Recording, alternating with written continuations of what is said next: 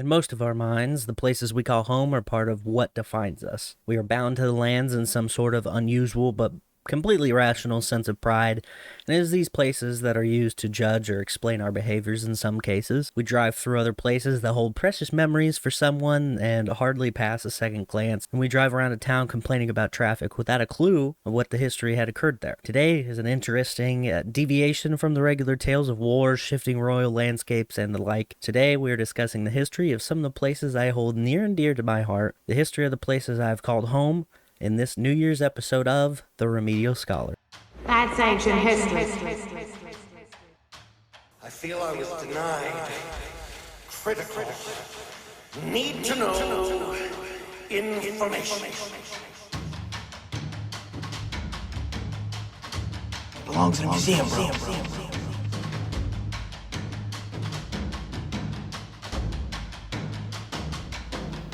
Stop skipping your remedial class.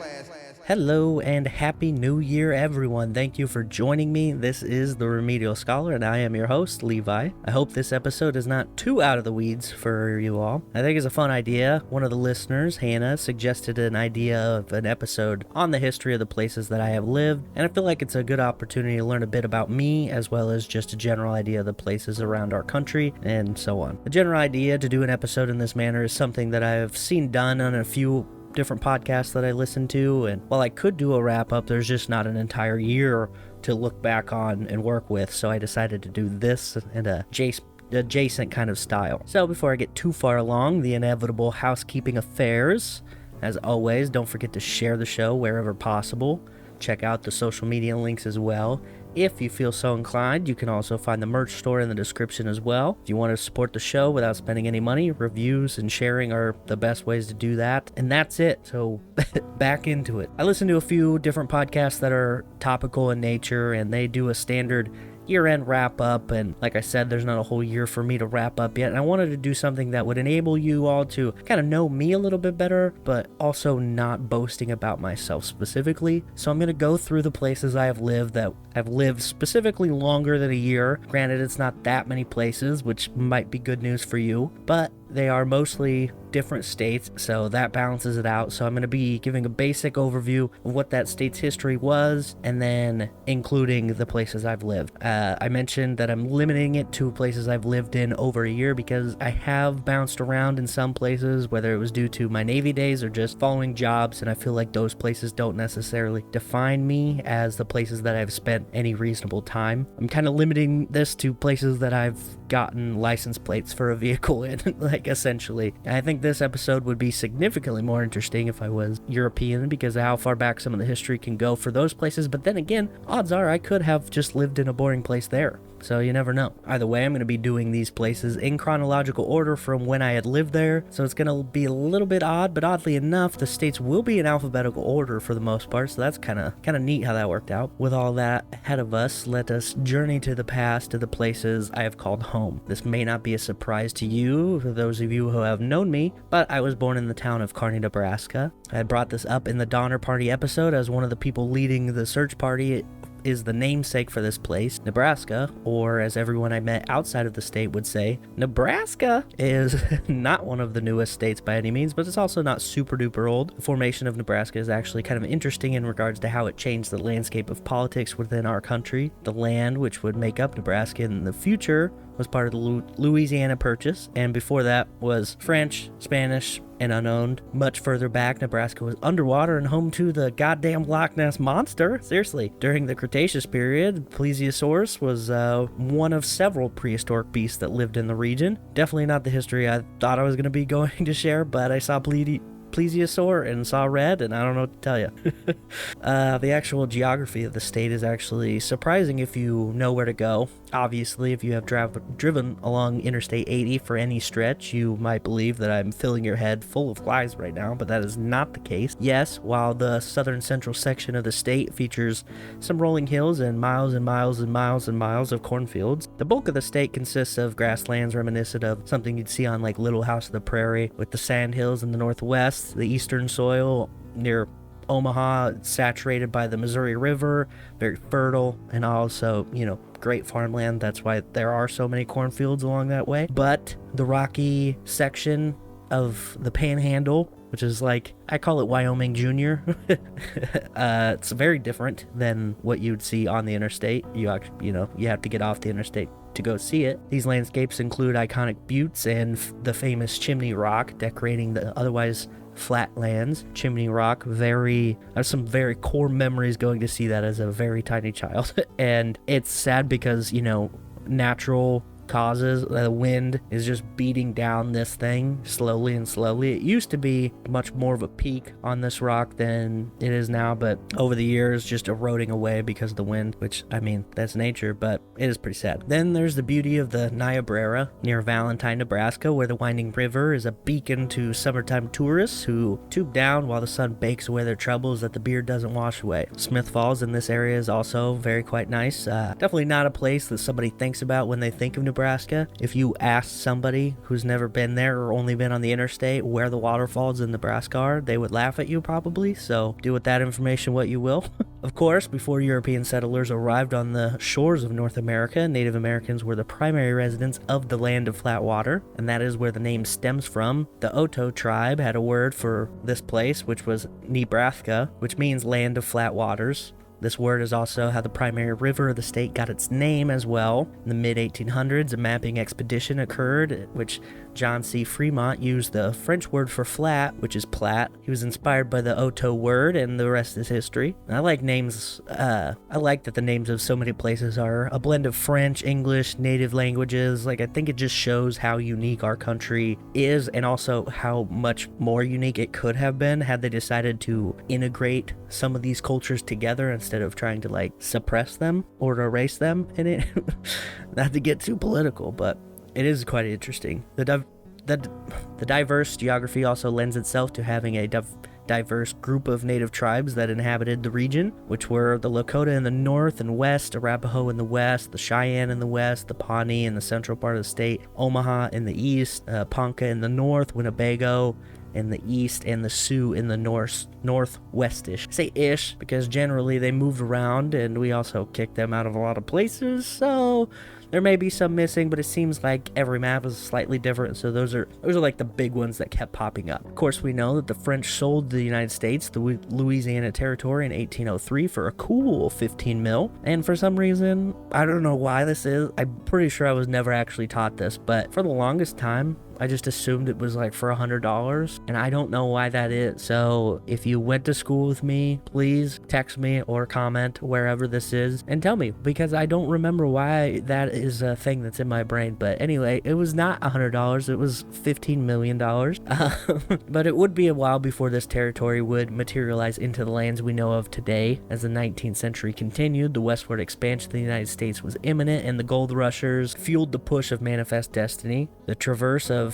people towards the west and the Pacific Northwest, like Oregon in 1845, actually inspired a few names of places I have lived. If you've played the game Oregon Trail, you might know that Fort Kearny is one of the first major stops you make in that game, and this was true in real life as well. In 1848, Fort Kearny was established under the name of Fort Childs first, but quickly renamed for General Stephen Watts Kearny. The fort was to be placed near the Grand Island of the Platte River, and this is where the name for the town of Grand Island, Nebraska, comes from. Growing up, the name always confused me because, Grand Island, there's no ocean here, bro. And then learning that the Platte had many islands in it, it was a much wider, more intense river than it seems to be today. Sandbars would make up the islands, and that is where the name comes from, which is kind of neat. Grand Island is just east of Kearny, so it's kind of cool to see all that names interlinked in their foundations like this. Anyway, Fort Kearny, named after Stephen Kearny, spelled without an E at the end, but now the town has an E.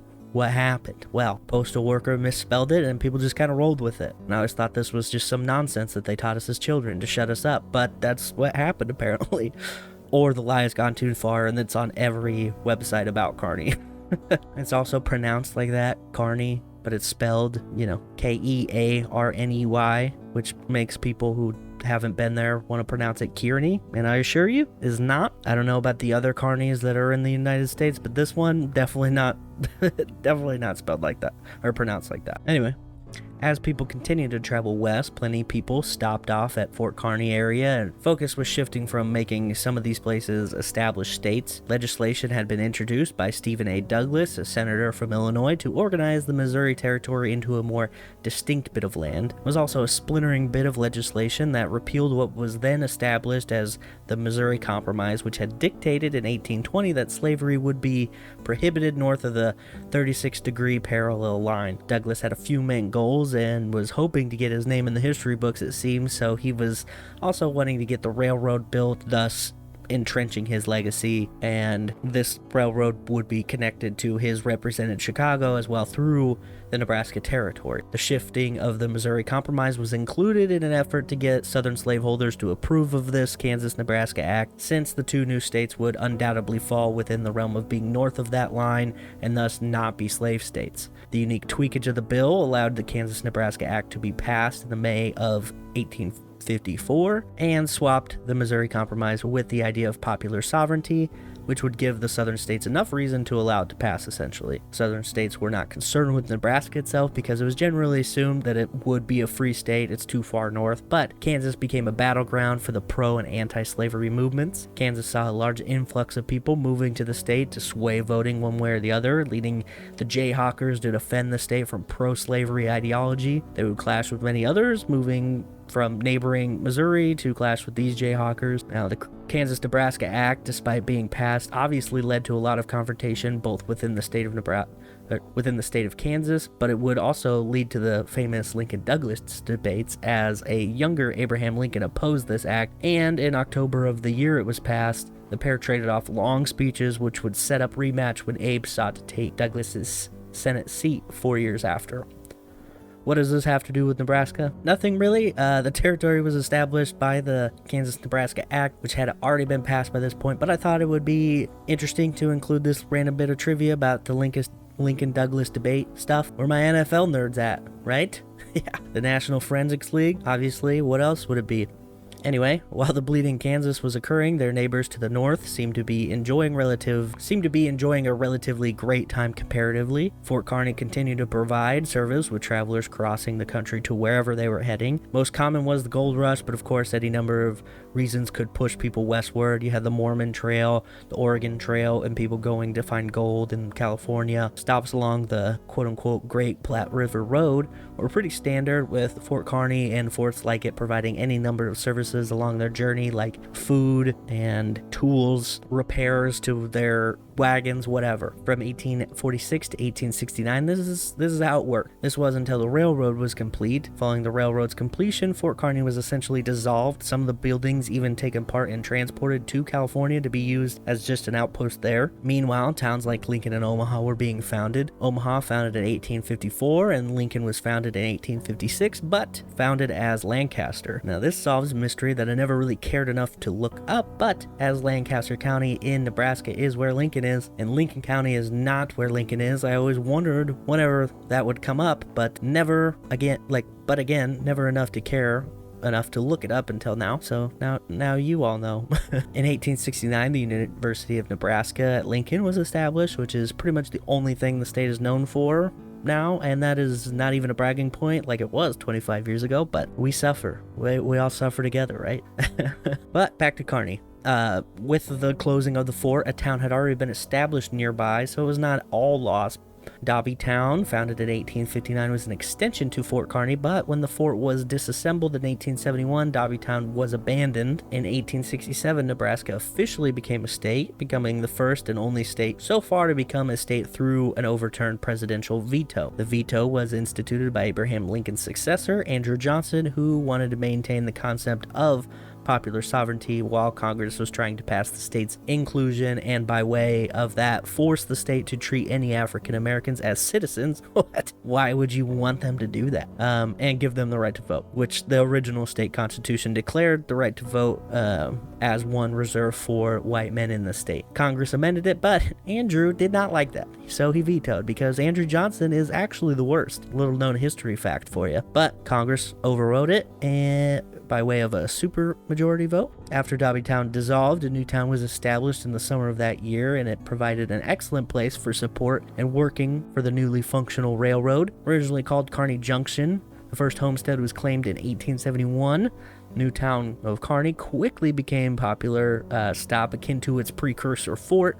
After the Civil War, Nebraska continued to grow thanks to things like the Homestead Act. One issue that came to the forefront of homesteading in the Great Plains region of the country was lack of trees. The lack of roots would not allow the soil to bind well, so it was a really when it would turn, it would just be very loose and dusty, essentially. And this lack of trees, this is a sentiment that I heard a lot when I first left Nebraska, as one of the key identifiers of the state. Like, oh, Nebraska, well, you guys don't have any trees. I never realized how true it was until I lived in a place with actual trees. I say that and it sounds crazy, but that's true. Like I moved from Nebraska, and then I lived for a very short time in Florida, and then California, in the desert in California, and then I lived in Nevada after that. So for a long time, I didn't see any more trees than what I had seen in Nebraska, so I was confused by this, but whatever. I digress. The plan of lack of trees, well, this was met with like a bounty of sorts. The plan was to offer a prize of $50 to whoever could grow the largest grove of trees in the state, leading to what would be the first inclinations of Arbor Day, and that's one of the state's claim to fame, is the home of Arbor Day.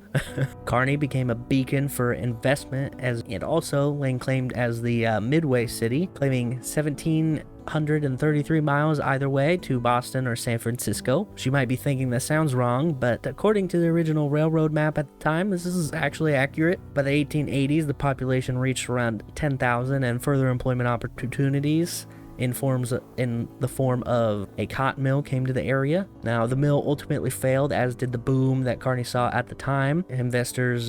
Some of the investors in the mill included a guy named George W. Frank. So this guy has his name all over the city. The failed cotton mill turned into Cotton Mill Park, which still exists, and the Frank House, a really fantastic mansion that he had commissioned to be built, is now located on the campus of the University of Nebraska at Kearney. The place holds one of Abraham Lincoln's top hats. Kind of cool. The Frank House, which, as I mentioned, was commissioned by George Washington Frank, and his son, George William Frank, was the one who was going to design it, and it was completed in 1889, and cost around $40,000 at the time, and now this would be close to $1.4 million in today's money, which actually makes sense looking at it. I feel like that's pretty apt. The 3-story house of Colorado/Wyoming stones was wired for electricity, had 9 fireplaces, had a very signature tile roof imported from Holland, and featured a 10-foot tall Tiffany window. Now, the financial troubles of the 1890s forced Frank to sell it to a doctor named S.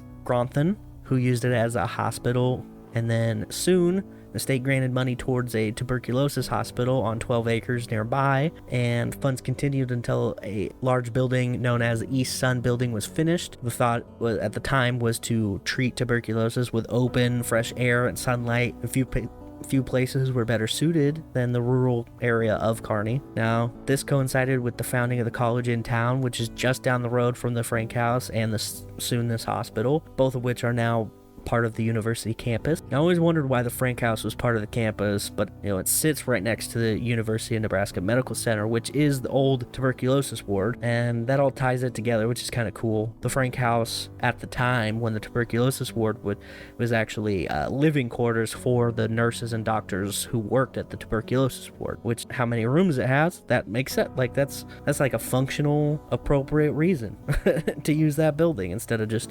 dismantling it or whatever. Now, I mentioned the college being founded, but it was specifically founded around 1904, with the first class being 96 whole students, a far cry from the almost 6,300 it hosts now today. This helped the population grow steadily once again after the boom burst in the 1890s, which continued to grow to around 8,500 in 1930, but with the Great Depression coming around the corner, growth slowed down once again.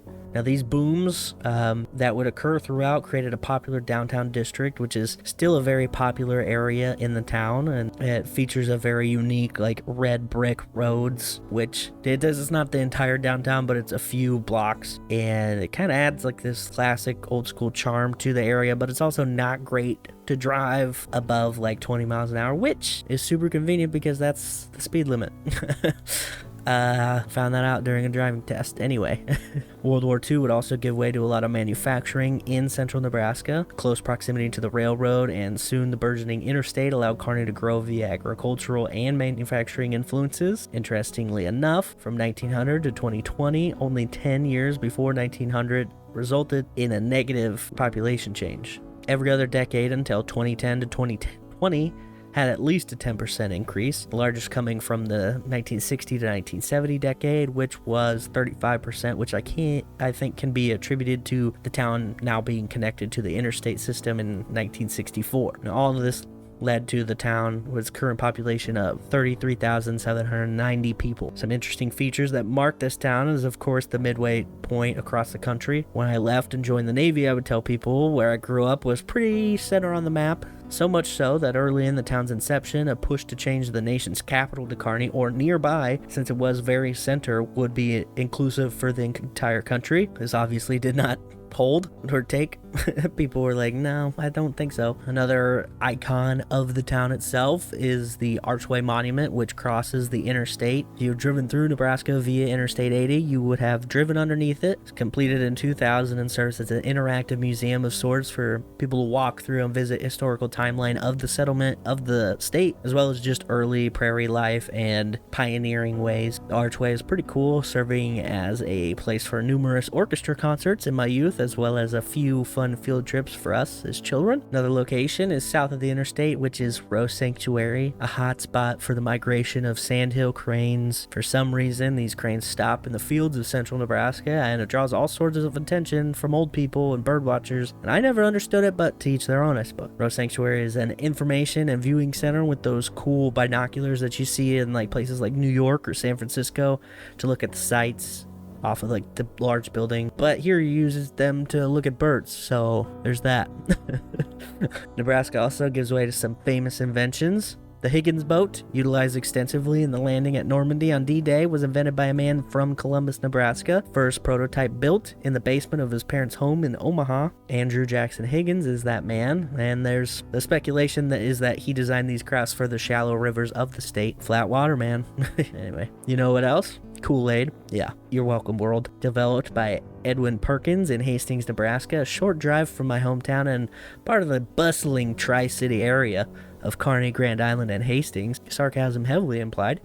Each town is anywhere from 20 to 45 minutes apart from one another, but I guess if they were big cities, they'd all be touching, right? Maybe? I don't know. Either way, Perkins worked for his father at their general store and found himself taking to the products in the store from a creation standpoint and even began to create his own product. He had to move from Henley, which I'd never heard of before this, to the metropolis of Hastings. Once again, sarcasm. To unload more product. He had created the formulation, printed his own labels, packaging, nothing but upward on this guy's profit. Apparently, this was not a super success, though, as some of the bottles from his custom drinks, Fruit Smack, great name, kept breaking and shipping. Ever the entrepreneur, Perkins decided to separate the liquid from the powder used to create the drink, package the powder individually in envelopes, and create a new label, which he called Kool-Aid. Oh yeah. Bet you didn't expect that at the top of the episode, did ya? The coolest of aids from a state full of nothing but corn and cows. Corn and beef. Corned beef. Oh yeah, that reminds me, another thing that is credited to Nebraska is the invention of the Reuben sandwich. The corned beef sauerkraut sandwich is credited with 2 stories, one from New York, but they have enough inventions. The other, from around 1920, stemmed from a man named Reuben Kulikovsky. I'm going to guess that's how you pronounce that. A Lithuanian grocer who lived in Omaha would order a corned beef and sauerkraut sandwich during a weekly poker game with some of Omaha's business underground. Some other famous inventions include the vice grip locking pliers, Dorothy Lynch salad dressing, car rentals, frozen TV dinners, Cliff's Notes, ski lifts, and the safer barrier used in auto racing. A few of these I was privy to, but others I had no idea about, but once again, you're welcome. Honorable mentions for places I live but did not live for over a year are Grand Island, Hastings, Omaha, and McCool Junction. All those places I lived after I moved back to the States following my Navy service, but didn't want to talk about other places and then mention Nebraska again out of nowhere. So, onwards into my life story. From Nebraska, I left and joined the Navy at 17, turned 18 in boot camp like a big boy, and was stationed in a place I had never heard of named Fallon, Nevada. Nevada had slightly different historical footing. It does have some more interesting prehistoric animals, which apparently is the best way to start the history of the state. According to Wikipedia, the Sierra Nevada mountains and high desert were once home to creatures like mastodons, wolves, lions, and giant sloths. That's right, baby, giant sloth time. The mountains in the high desert were also home to many prehistoric people, with petroglyphs decorating some of the historic sites. In fact, one place near the base of which I lived displayed these plenty. This particular location also held one of the plaques where, one of those plaques where it shows what a scene would look like when water dominated the lower regions of an area, including images that point to the water lines on various mountains and hills, which I felt was pretty cool. Some of the native tribes to live within the region that would eventually become Nevada include the Western Shoshone, Northern and Southern Paiute as well. In the mid-18th century, the first Europeans entered the region by way of Francisco Garces, a Spanish missionary. Nevada soon came under the umbrella of the Spanish Empire, which always kind of cracked me up. We know how far away Spain was from Western North America, and we already know that nobody was really that good at sailing that far away, but, they did control a big chunk of Central America at that point, so it was a little easier, but anyway, I digress. As the turn of the 19th century came, Nevada was incorporated into the Alta California province, following the California split of 1804. That's when the larger chunk fell into the ocean. No. Following Mexico's independence from Spain in 1821, that province was retained by Mexico. In 1825, trappers from Hudson's Bay Company entered the northern section of the state, and more exploration occurred through the next decade, including Jedediah Smith's trader party that traveled to Las Vegas Valley. Las Vegas is Spanish for the Meadows, which was given to the region during the exploration of the Spanish during the early 1800s. Soon the region was involved in another conflict in the way of the Mexican-American War, which began after the 1845 annexation of Texas by America, which had followed their independence from Mexico, which was a conflict that followed the Alamo, which I really need to do an episode about. Anyway, the United States annexed Texas, but Mexico didn't like it because they never originally accepted the treaties of Velasco, apparently. So they fought the United States in this battle and not only lost Texas, which they never technically had, but also lost Alta California in 1848. So I guess it was a really bad plan on Mexico's part. The very next year, gold is found in California, and this creates a bum rush of people to the west.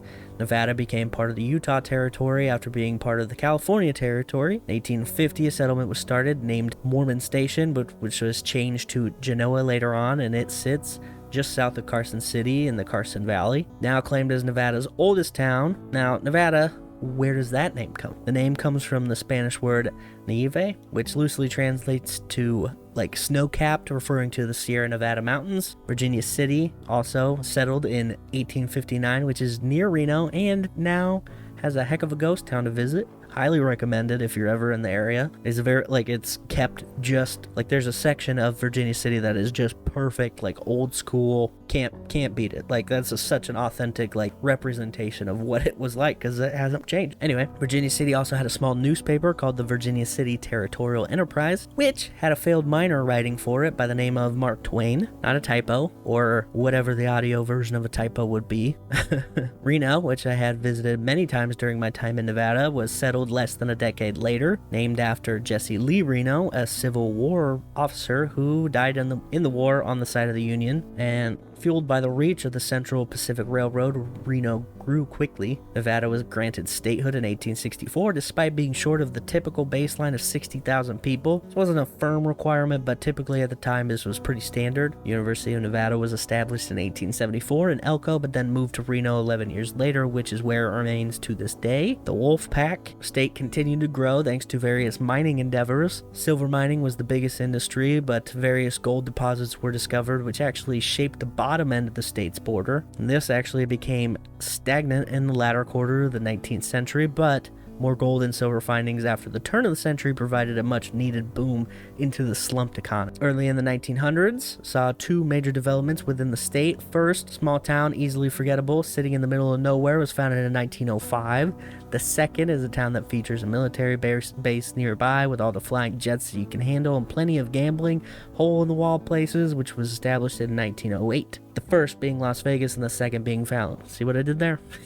Got you with the old switcheroo. Anyway, both places had pretty small beginnings, very humble, if you will, but I didn't live in Vegas, so you get the Cliff's Notes version. Las Vegas was founded in 1905, as mentioned before, when land near the Union Pacific tracks was auctioned off and officially incorporated in 1911. In 1931, gambling was legalized, marking a turning point in the state's free-spirited nature. The same year saw the inception of the Hoover Dam, completed in 1935, attracting workers and cash to that region. 1941, the El Rancho Vegas Resort opened, sparking the birth of the famous Las Vegas Strip. This era saw a series of resorts and casinos competing for extravagance and allure. The 1950s witnessed the founding of the Nellis Air Force Base, originally under a generic name, Las Vegas Air Base, I think is what it was called. And also, Las Vegas earned its nickname, the Atomic City, from 1951 to 1963 due to visible nuclear weapons testings in the desert.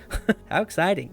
Yeah, people living there could actually allegedly see the mushroom clouds in the distance. And they also got sick from radiation. Not surprising. Originally inhabited by Native American tribes, Las Vegas transformed into an entertainment capital in the mid-20th century, synonymous with the Rat Pack, showgirls, and iconic performers like Elvis Presley. Its lenient stance on gambling and entertainment made it a haven for seekers of legal and illicit pleasures. So yeah, that's the history of Vegas, real quick. Alright, so on to the place actually called home for 2 years, Fallon. Fallon has gone by several names even before it was officially founded. The nearby Carson River drew settlers to the region as far back as the 1860s, but it wasn't until Mike and Eliza Fallon opened up a post office on their ranch that things really kicked off, and that was in 1896. They drew in others, most notably Jim Richards, who opened a general store on their ranch. His store was so popular that it became a staple in the region, and Native Americans even referred to the ranch, as Jim's Town, because he was the one they were coming to see, really. The town really took off following the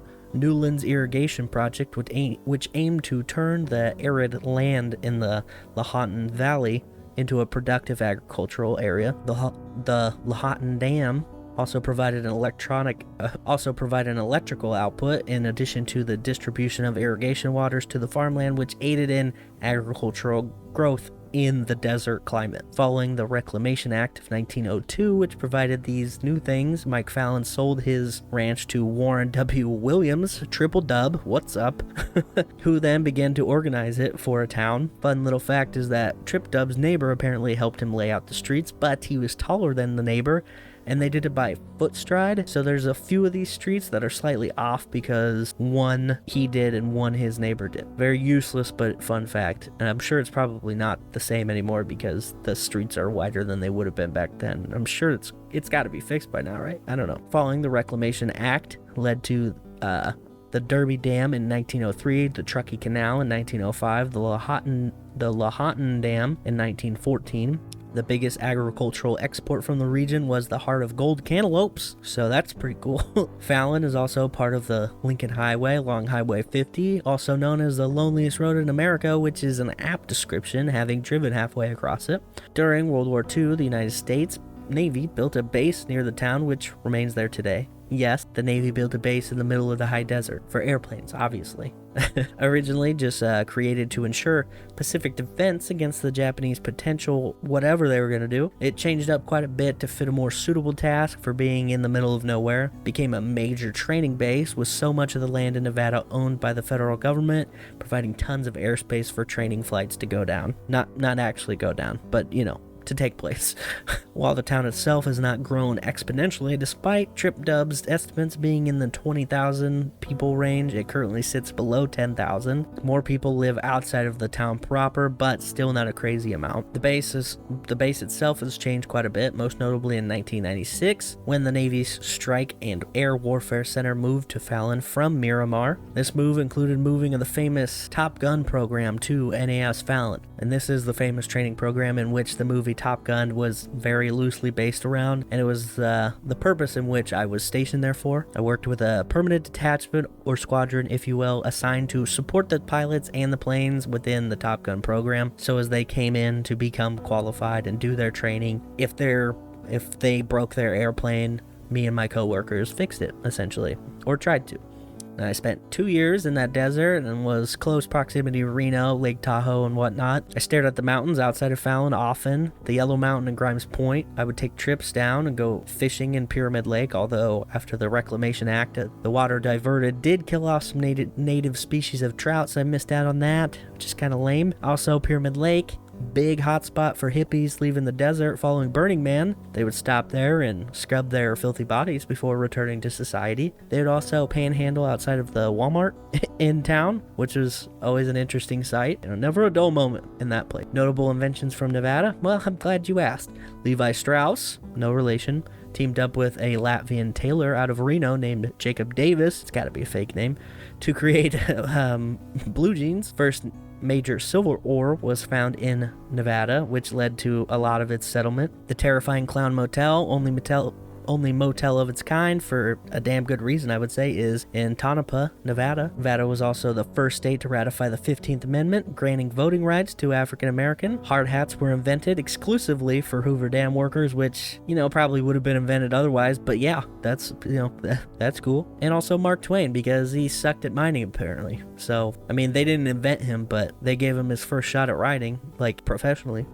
So that wraps up Nevada and Fallon for the journey. And next we go to a technicality. After Fallon, I was given orders to a squadron in Washington State's Whidbey Island Naval Air Station, and this is located in the northern section of America's Pacific Northwest, 30 or so miles away from Seattle. Now, I say it's a technicality because while I was living, quote unquote, living there, I, here addressed basically to a command in this area. I was on a deployment for a good chunk of it, and I still count it because, well, again, I did buy license plates there, so I feel like that's important. As is the case for all entries, Washington State was first established as a territory. The name for the state is not a mystery, however, as it was the only state named after a president, which is George Washington, if you are confused. It was actually going to be called Columbia, named after the Columbia River, but it was shot down due to it being too similar to the District of Columbia. So they decided to name it Washington, which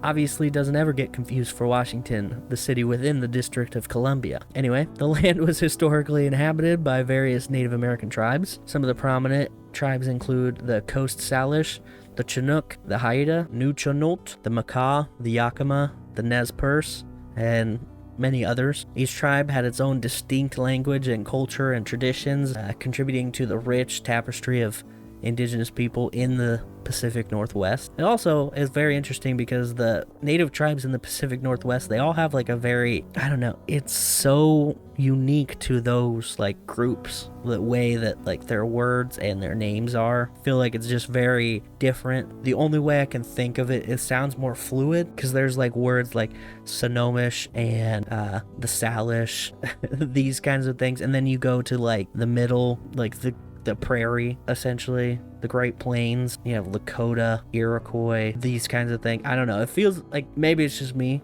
I've been looking at these names maybe too long, but let me know if you've also noticed this before, because it is a thing that I've noticed before. But anyway, the biggest driver of these people were the rich fishing in the various bodies of water, as well as whales in the Puget Sound. These, of course, would vary as you shift inward. For the people living in the center of the state, obviously they're not whaling, but the coastal tribes would be. Europeans landed on the coast of Washington in 1775, which is crazy, just 1 year before America was invented. Think about that. Captain Bruno de Heceta of the Santiago claimed the land, obviously, as you do when you approach a land that is nobody lives on, that you can tell.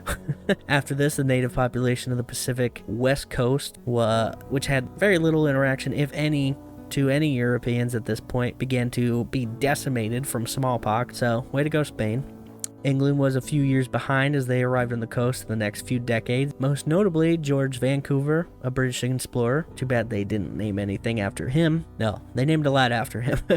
He also claimed the island I would call home for king and country in 1792, Whidbey Island. Now, he had a man with him named Joseph Whidbey, and a man named Peter Puget, and none of these guys got anything named after him. Isn't that sad? He did claim like most of the coast, but I wanted to share the connection early on. So in 1790, a convention between the Spanish and the British ended Spanish control of the region and allowed everyone to participate in the fruitful wealth to be had within the Evergreen State. Otter pelts became one of the biggest parts of this trade, with American captain Robert Gray establishing a trade in them, even naming the Columbia River after the ship he was sailing when he quote-unquote found it. Gray is also the namesake for Grays Harbor County, which is where Aberdeen sits, which is hometown to one Kurt Cobain. I'm sure you might have heard of him. In the decade following Robert Gray's trade establishment, the Lewis and Clark expedition left to explore the far reaches of the newly purchased Louisiana Territory. By October of 1805, they had arrived in the state. Other notable expeditions include David Tompkins' trek down the Columbia River and staked a claim for Britain again in 1811. Apparently, Vancouver's claim wasn't good enough. This was continued through the Anglo-American Convention in 1818, which divvied up the rights to the state, and by the next year, Spain completely abdicated any kind of claim to it. Not really dissimilar to Nevada. The Hudson's Bay Company also influenced the settlement of Americans in the Washington Territory, which is actually aided in the pushing out of the British influence, albeit a few decades later. Some early settlements include Fort Vancouver, and this fort actually had a similar effect to that of Fort Kearny, where smaller towns would kind of pop up nearby full of the customers but also workers of the fort. A man named Marcus Whitman established a settlement in present-day Walla Walla in support of the Oregon Trail. Whitman actually tried to provide medical care for both settlers and natives in the area who were kind of still adjusting to these foreign diseases that the British and Spanish were carrying. The issue came about when the native people would not heal in the same way that the white settlers seemed to do, who were adapted to these diseases, and they would kind of make a full recovery, and then the Native Americans would see this and be like, what? And this led to the native population to believe that Whitman was either inflicting damage on them purposefully or not healing them on purpose. Either way, they killed him and 12 others for this transgression in 1847, which led to a war of sorts between the native people and the settlers in this region. Now, I know the story takes place in the Dakotas, but this reminds me of the opening scene in the movie The Revenant with Leonardo DiCaprio. Visual of trappers and mountain men fighting indigenous people, I think, is what is connecting in my brain. Anyway, the year before the Whitman massacre saw a settlement started by a black pioneer named George Washington Bush, who settled New Market, which is now Tumwater, which is near modern-day Olympia, Washington. George W. Bush. You didn't think I was going to let that go, did you? George W. Bush chose Washington for one very simple reason. He was allowed to go there. Oregon would not allow black settlers of any kind, but they also didn't allow slavery, so that's a little bit of a confusing legislation thing going on. The Oregon Territory is divided from Washington by the Columbia River, which acts as the border between the two. Now, as travelers followed the Oregon Trail, a lot of them would continue up into the Puget Sound, which I don't really blame them. It's one of the most beautiful views I've ever experienced in a place that I have lived in, and that is looking at the sound from various points. Oregon actually obtained statehood far before Washington, and that was in 1859, the result of which had forced Britain and the United States to settle disputes of land, and the result of which created the British Columbia, part of Canada, which makes sense now. I never really put too much thought into why it was called that, but now we all know. So Seattle was founded around this time, settled first in 1855, incorporated in 1869, named after Chief Seattle, who was a chief of the Duwamish and Suquamish tribes in the region. See, this is what I mean. Like, they have like these very like flowing, soft kind of name. I don't know. I mean, not all of them, but it's something I've noticed. There's something going on. I don't know if it's conspiracy or what. No. In research for this part, I was looking up more information about Seattle and this guy, Chief Seattle, and he seems like a really interesting guy. He's born in the late 1770s, potentially, and lived all the way up to 1866. There's even a photograph of him. But think about the landscape of this guy's life and how much changed during his time. And he had even allegedly persuaded the settlers to name the city after him, which is like some wizard level of public relations if I've ever seen it. The city seal even features an image of his likeness, which is neat to see and also really paints a picture of what appropriate depictions and images are and how they can be used to show respect to these people who are instrumental in some of the major parts of what we consider our society. This is also really evident in a lot of imagery from the Pacific Northwest, where the artistic touch of Native people can be found everywhere. The biggest examples are like the Seattle Seahawks feature a logo influenced by indigenous artwork, specifically transformation mask of the Kwakwaka'wakw. You have no idea how many times I had to practice to say that. It is spelled Kwakwa, apostrophe WAKW. That's a crazy word, right?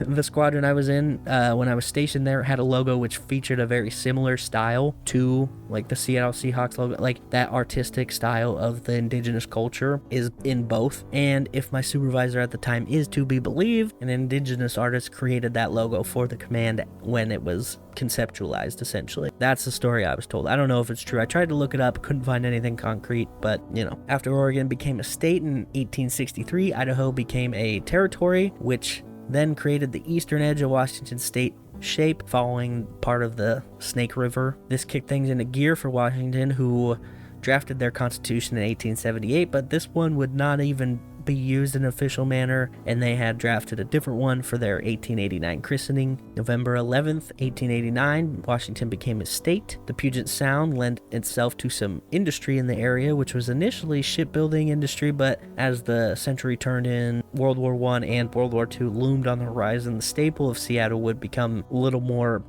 would come into the fray. Shipbuilding, while still major, is not as synonymous with Seattle as airplanes seem to be, specifically the company Boeing, which was started in 1917 as two separate companies that later merged into one, Pacific Aero Products Co. and Boeing Airplane Co. Before humans took flight, however, Seattle was a logging town. Large tracts of evergreen covered land lent itself to some serious logging in the Pacific Northwest. It was at this time that the West Coast also saw a wave of Asian immigrants, as I mentioned in the Japanese internment camps episode. Gold found in the Klondike region of the Yukon in 1899 sent hundreds of thousands of people north, and Seattle and largely Washington became a great midpoint for them to try and offload their hauls, Seattle becoming a trade mecca for these people at the time. This comes 10 years after the Great Fire of Seattle, which actually burned down the large business district. The city actually had some silver linings from this, though. The rodent problem was now no longer a problem. So if you have a rodent problem in your city, just burn it all down. No, don't do that.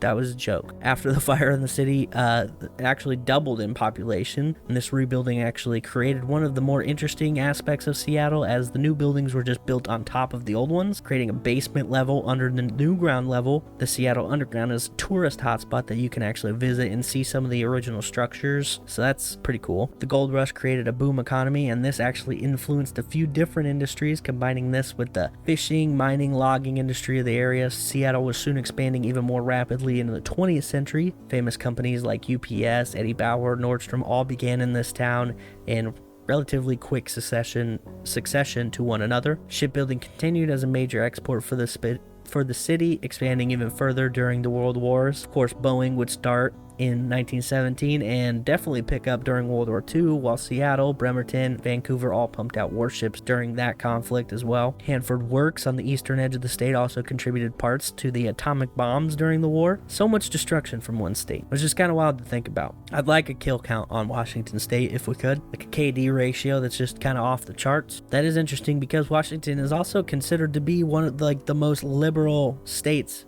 in the country. So where does that come from? Well, they had that first black pioneer, George W. Bush. They also held a massive margin of African-American wages against the rest of the country at the time, which lent itself to a more diverse populace. Like, they had a higher wage average for African-Americans comparatively. Their founding even is more integration than genocide comparatively to other states' handling of the indigenous population. Don't get me wrong, there definitely was some not great stuff, but for the most part, it seemed that they worked with people a lot better. Does that have something to do with that? No clue. They were also providing legal abortions even before Roe v. Wade decision in 1973. Now, I don't think there's any one good reason for it, but it is kind of fascinating to think about. Things weren't all sunshines and rainbows in the dreary, rainy state. In the summer of 1980, Mount St. Helens split into a massive eruption, which also brings me to my next point about how many active volcanoes are in this state. Mount Baker, Glacier Peak, Mount Rainier, Mount Adams, and Mount St. Helens. Wyoming isn't the super volcano. Washington is. What the heck, dude?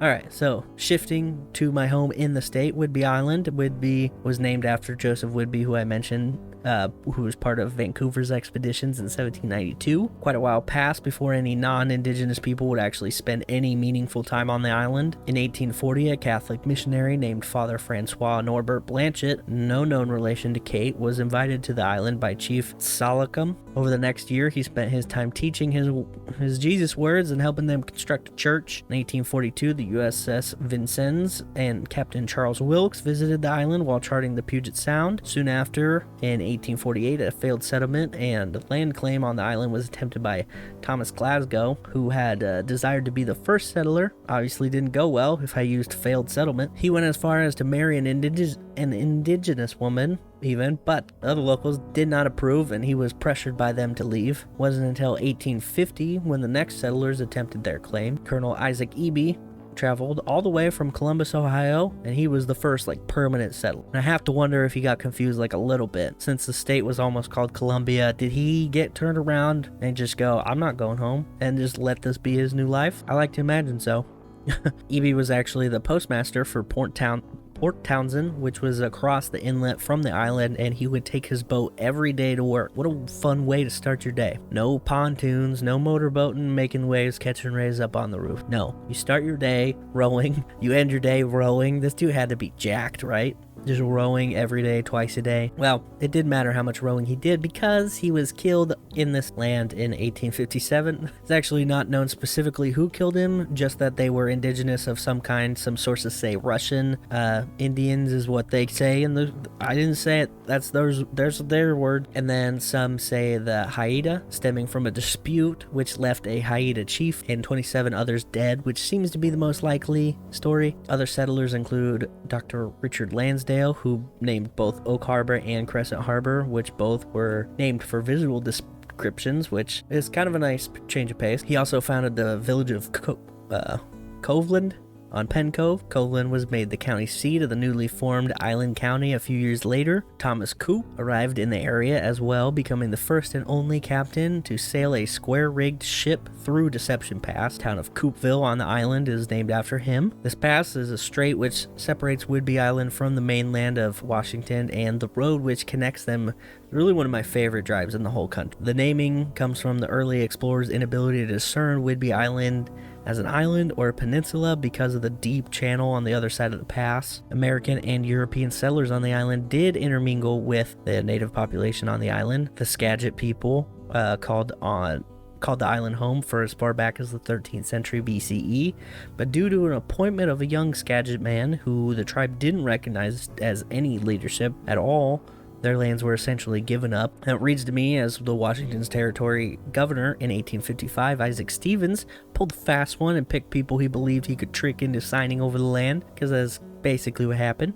Whidbey Island found itself as a logging community shortly after, matching the rest of the wood-rich region. Logging shaped a lot of the island for the next few decades. Towns like Clinton and Langley flourished due to the log trade, while others attempted. None really developed past the 20th century. World War II being a common theme for a few places in today's episode, Naval Air Station Whidbey Island would be no exception. Another fortification on the island was created, Fort Eby, named after Isaac Eby, the first permanent settler on the island, which is now a state park, and it has bunkers that you can see that used to house 6-inch guns for coastal defense, which is kind of neat. NAS Whidbey Island was established as a base to rearm and refuel patrol planes in the area. Officially commissioned in 1942, the airfield was soon named Alt Field after William B. Alt, Navy commander who was lost at sea during the Battle of Coral Sea, which took place a few months prior. In addition to patrol planes, Altfield also housed F-4F Wildcats, F-6F Hellcats, which replaced the former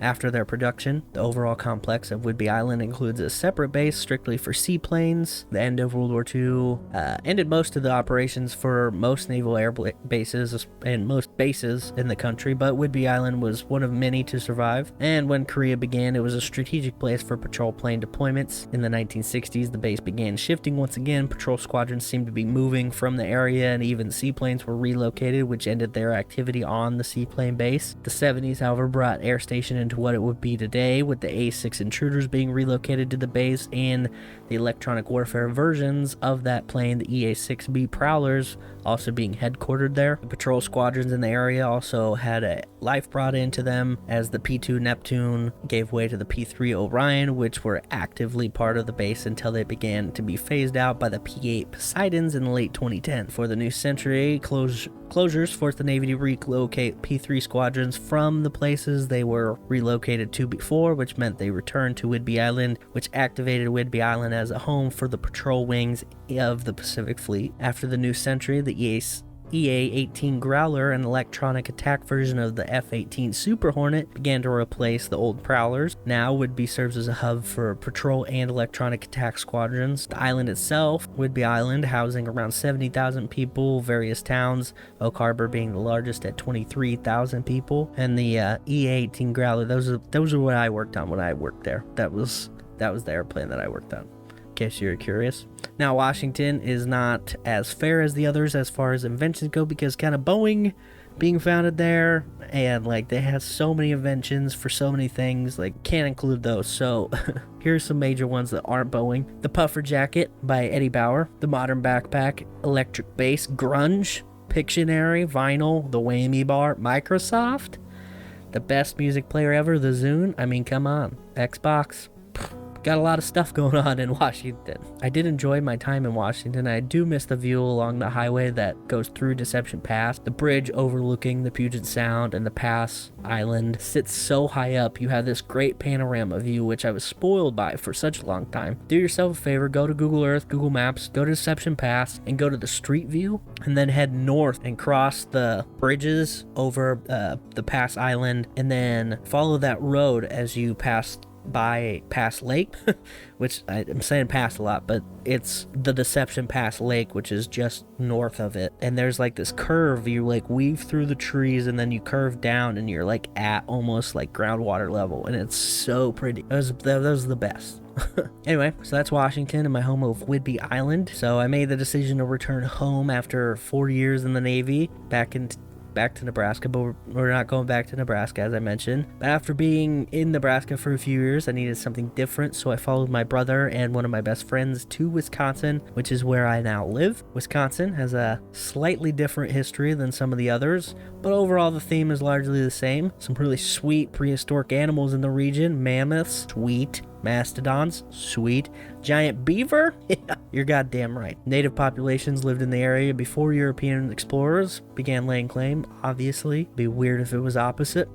Primary tribes of the region include the Ojibwa, Menominee, Ho-Chunk, Potawatomi, Kickapoo, the Sauk, Fox, Illinois, Miami, Huron, Ottawa, Santee. There's a lot. The tribe known as the Mohicans arrived in the area as early as the 19th century after the Indian Removal Act of 1830 forced them from their home of New York. This is the tribe for which the novel and subsequent film Last of the Mohicans was based on, kind of. The author blended Mohican and Mohegan, so Mahican and Mohegan tribes into the Mohican tribe in the book. All of these tribes relied heavily on wooded regions to hunt and fish, a tradition that remains very popular according to my extensive research working at a sporting goods store. Now, the first Europeans to enter the area was Jean Nicolet. He's French. I'm assuming it's Jean instead of Jean. And there's a painting of this that might be the greatest painting I've ever seen. Genocidal connotations aside, this thing pictures him standing near a body of water, firing 2 guns in the air, while an assortment of native people are around him, experiencing a vast array of different, varying drastic reactions. It is wild. Jean Nicolet was assigned by the governor of New France in 1634 to a peacekeeping mission to ease tensions between the Ho-Chunk and the Huron tribes, which would help positively influence their fur trade. He traveled via boat through Lake Michigan, which is a feat of its own, honestly, assuming he hugged the coast the entire time on that one. He traveled through to Green Bay, which he coined La Baie des Pointes, or Stinking Bay. I like that name. Green Bay is quite the public relations twist. French explorers took to the region, establishing a trade post, and it was not a perfect relationship as tensions rose between the French and the Iroquois, the northern Great Lakes region, resulting in the outbreak of the Beaver Wars, which I am sorry to let you know that they are not wars between the great giant beavers and the French explorers, but in my head they are now. Such great war name wasted on stupid Europeans. I hate it. This war caused a break in the French expanding into Wisconsin, but they would return by 1660. In 1665, a missionary named Claude Jean Alois entered the region and traveled through Wisconsin, encountering various native tribes and evangelizing to them as missionaries are often wont to do. Through many of these small interactions, the French explorers and missionaries learned about the land, most importantly, the tales of the vast river to the west. Through the next decade, many expeditions occurred, notably the expansion of the various forts, especially in the northern region of what would be Wisconsin, hugging the shores of the Great Lake of Superior. The timing of this is interesting because a lot of these forts were being built around the same time that the Salem witch trials were going on, 1,000 miles away. So that's kind of a little juxtaposition of some historical facts in your brain. The French encountered more troubles as the Fox tribe fought to keep them out of their lands, which set off the Fox Wars, which continued through the beginning quarter of the 18th century. This was a precursor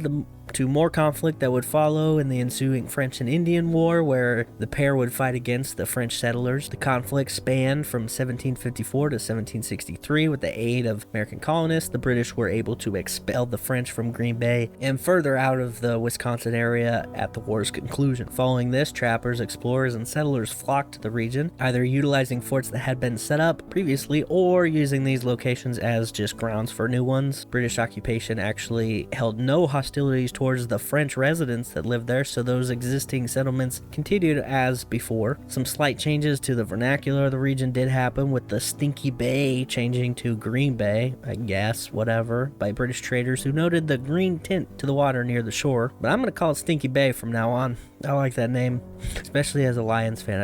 I think that's perfect. Trades of furs was not the only thing to boom during this time, as farming began to take hold in the region as well. Green Bay itself flourished into burgeoning community at the latter half of the 18th century. Following the Revolutionary War, the U.S. gained control of Wisconsin from Britain, but it wouldn't be until the War of 1812 that they actually cared about the territory. Before that, Wisconsin was part of the then known Northwest Territory and then the Indiana Territory until the War of 1812. The British actually maintained control of the trade in the region, and then during the war, the United States established forts and even fought and lost one battle in the state. The captured Fort Shelby was then renamed Fort McKay after the British major who led the forces who captured it. Following the war, the English just burnt it down in a bit of poor sportsmanship. No handshake after the game. Rude.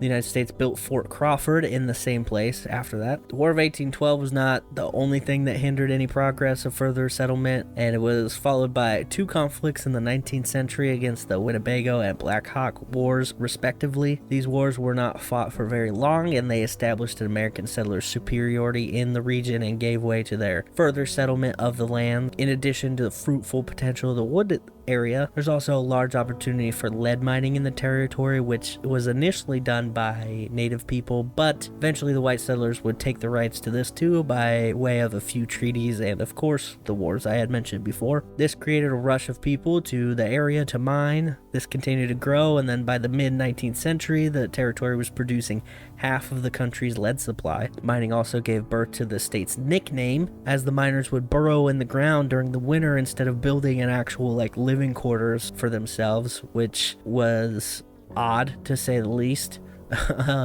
People referred to them as having looked like badgers, and so now that's why it's the Badger State. Isn't that weird? It's not actually about badgers. Who would have known? Not me until now.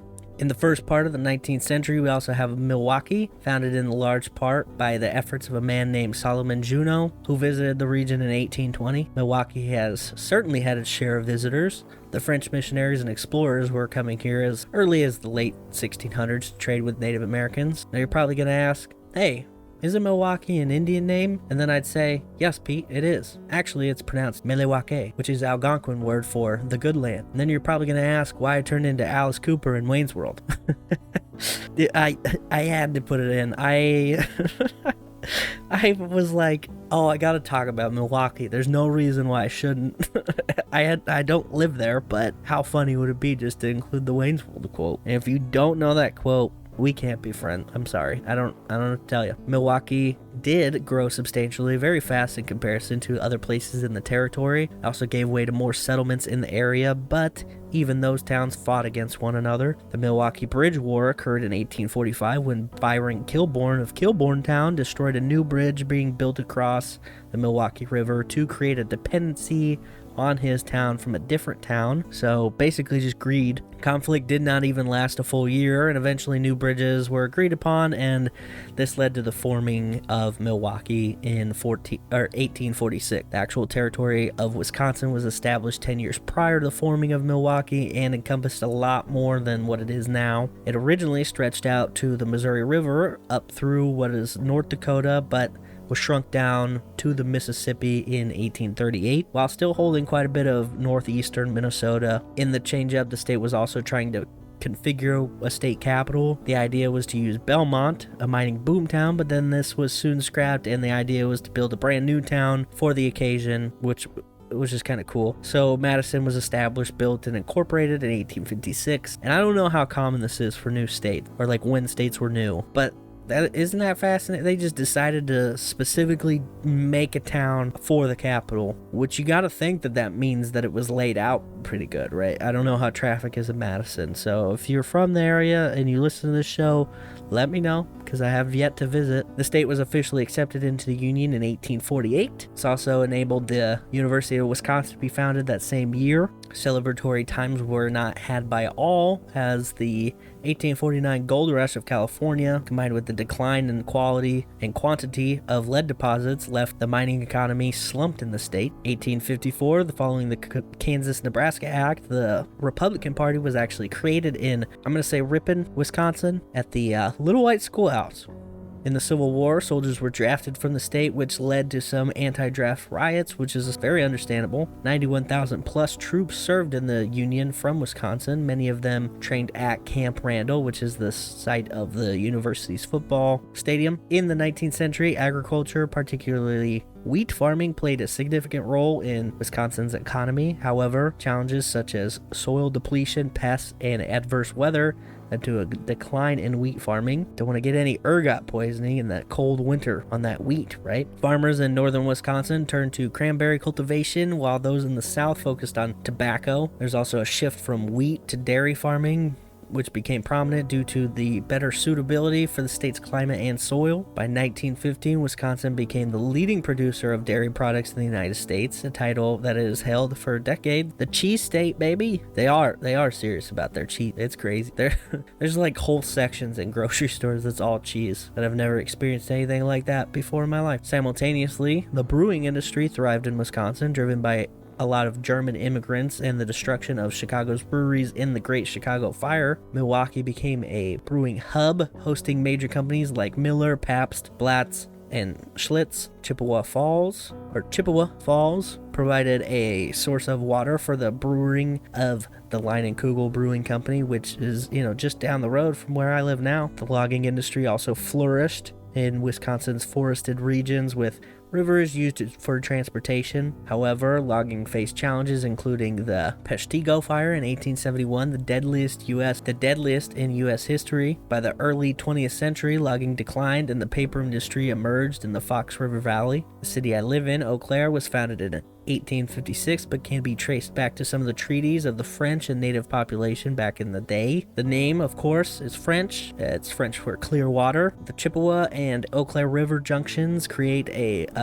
geography for the area. Eau Claire, like a lot of Wisconsin, was a destination for many German and Northern European immigrants in the middle 19th century, which explains why everyone here is so goddamn tall. Logging was a major economy for the early towns, but soon it was too much for the local tree population, and manufacturing switched to rubber, notably tires. At the turn of the 20th century, Raymond and Gillette started a rubber plant in 1917, which would change ownerships a few times before Uniroyal bought it and then ran that factory until 1991. The building was bought by the United States government temporarily and during World War II, and it employed over 6,000 people during the conflict, which obviously dropped substantially after the war. The building is still there, and that's actually like a bunch of different businesses rent out spaces in like the old rubber factory. Kind of neat. Been there. Eau Claire itself grew rapidly and even had to annex Shawtown, a former lumber boom town, in the 1930s, and 2 decades later, it was even reaching the nearby town of Altoona. Today, the city of Eau Claire features one major university, technical college, and campuses dedicated to the Mayo Clinic, which is headquartered in nearby Rochester, Minnesota. Some major inventions for the state: serial killers, obviously. Not really, but it kind of does feel like it, right? No. Real inventions, contributions to the American society: Chris Farley, right? Willem Dafoe. I mean, can you ask for 2 better people? I'm not even joking. I love those 2 very much. They're great. Typewriters were actually invented in a machine shop in Milwaukee in 1874. The first mass-produced, this is the caveat, the first mass-produced steam-powered car invented by John Wesley Carhart in 1871. And no, he's not the same Carhart as the Carhart. He uses one less T in his name. So, yeah.